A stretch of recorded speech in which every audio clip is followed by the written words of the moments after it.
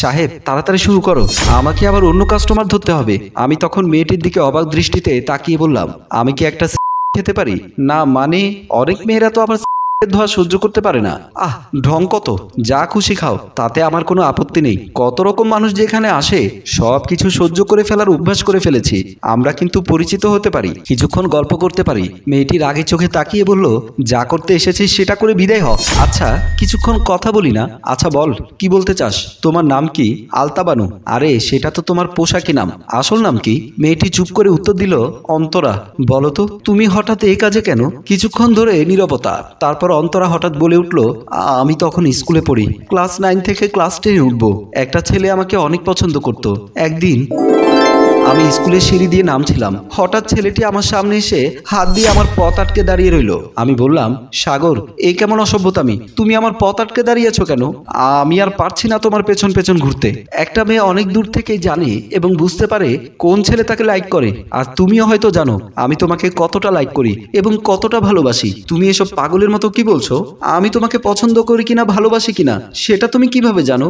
না জানার কি আছে? তোমার হরিণী চোখের অপলক দৃষ্টিতে তাকানো, চাঁদের জোছরার মতো মুখের হাসি, এসব কি আমার জন্য গ্রিন সিগন্যাল ছিল না? অনেক হয়েছে লুকোচুরি, এবার না হয় সামনে আসো। আমি তোমাকে অনেক ভালোবাসি, অনেক অনেক ভালোবাসি আমার প্রিয় অন্তরা। আর সেদিনই আমি ছেলেটা প্রপোজ অ্যাকসেপ্ট করি। সেদিন থেকে হয়ে যায় ওর আর আমার মধ্যে ভালোবাসা। অন্তরা তখন তার চোখ মুছে। আমি বললাম, তারপর কি হয়েছিল?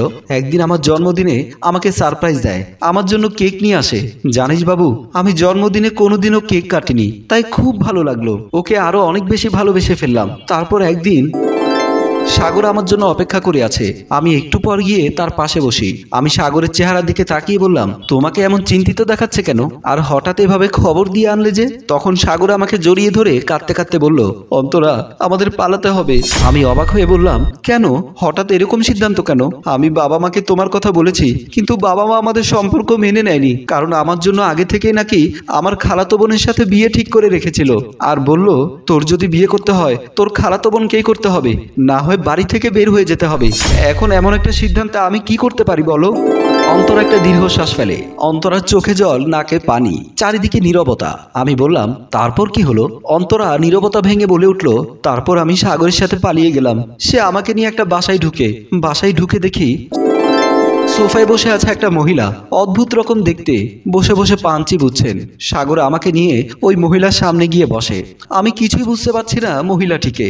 সাগর বলল, অন্তরা উনি হচ্ছে আমাদের সর্দারনি, অর্থাৎ আমাদের মালিক। ওনার অনেক রকমের ব্যবসা আছে। আমি মহিলাটাকে সালাম দেই। মহিলাটি সালাম নিয়ে বলল, বেঁচে থাকো মা, দেখে মনে হচ্ছে অনেক টায়ার্ড তুমি, যাও ভেতরে গিয়ে একটু রেস্ট নাও। এই কে আছিস? মণি, এই মণি। তারপর ভেতর থেকে একটা মেয়ে আসে। মহিলাটা মেয়েটাকে বলল, যা এই মেয়েটিকে নিয়ে রুমে একটু রেস্ট করতে দে। মামুনি ওর সাথে যাও। আমি সাগরের দিকে তাকিয়ে রইলাম। সাগর বলল, আরে সমস্যা নেই, তুমি যাও, আমি একটু কথা বলে তোমার কাছে আসছি। আমি তারপর উঠে মেয়েটির সাথে চলে যায়। আমি রুমে বসে আছি। হঠাৎ দরজা খুলে একটা লোক আমার সামনে এসে বসে। আমার আগাগোড়া দেখে। লোকটি অপলক দৃষ্টিতে আমার দিকে তাকিয়ে বলল, বাহ, এতদিনও এরকম একটা মেয়ে আমি দেখিনি। কি শরীরের গঠন! সর্দানির কথা তো ঠিকই আছে। লোকটি আমাকে হাত দিয়ে ধরতে চাইতে আমি বললাম, এই আপনি কে? আর এসব উল্টোপাল্টা কি বলছেন? আপনি আমার গায়ে হাত দিতে চাচ্ছেন কেন? ওমা, এত ঢং কিসের? যেটা করতে এসেছি সেটা করতে দাও। দেখে মনে হচ্ছে তুমি নতুন, তোমাকে তো কিছু শিখিয়ে দেয়নি। আসো, কাছে আসো। বলেই লোকটি আমাকে ধরে ফেলে। আমি হাত ছাড়িয়ে নিয়ে লোকটিকে ঠাস করে থাপ্পড় দিয়ে দেই। লোকটি রাগে গদগদ হয়ে সর্দারনি বলে ডাক দেয়। একটু পর সর্দারনি এসে আমাদের পাশে এসে বলল, কিরে বাবু, কি হয়েছে? এত চিৎকার মারছিস কেন? লোকটি বলল, তুই আমার থেকে টাকা নিয়েছিস ভালো মাল আছে বলে, কিন্তু এই মেয়ে আমাকে হাতে দিতে দিচ্ছে না। আমার টাকা আমাকে ফেরত দিয়ে দেয়। তারপর সর্দারনি আমার চুলের মুঠি ধরে আমাকে ঠাস ঠাস করে থাপ্পড় দিতে লাগলো। তারপর চোখ রাঙিয়ে বলল, তোকে আমি 50,000 টাকা দিয়ে কিনে নিয়েছি, এখন থেকে তুই আমার কথা মতো চলবি, আমি যা বলি তাই করবি। তোর সে নাগর তোকে আমার কাছে বিক্রি করে দিয়েছে।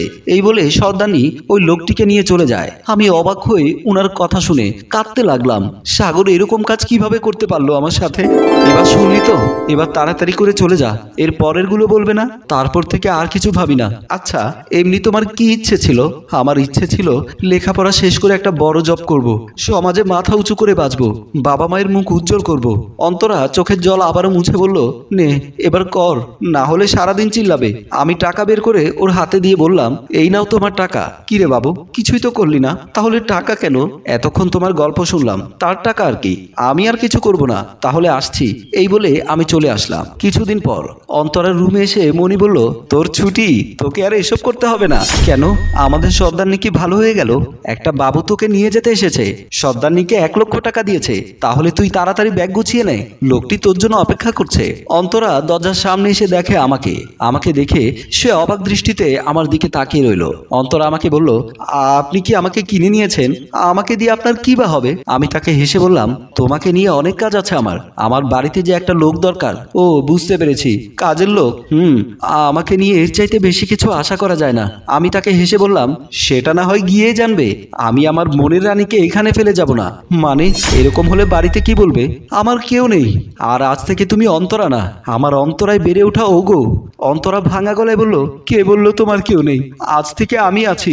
তারপর আমি তাকে জড়িয়ে ধরি আর একটি মেয়েকে নতুন জীবনে পদার্পণ করিয়ে আমাদের গল্প এখানে শেষ হয়। সম্মানিত ভিউয়ার্স, তাদের প্রতি আমার সমবেদনা রইল। এই সমাজ যাদের আসতে বাধ্য করে, এসো সুন্দর সমাজ গড়ি। গল্পটি ভালো লাগলে লাইক, কমেন্ট ও শেয়ার করুন। ধন্যবাদ।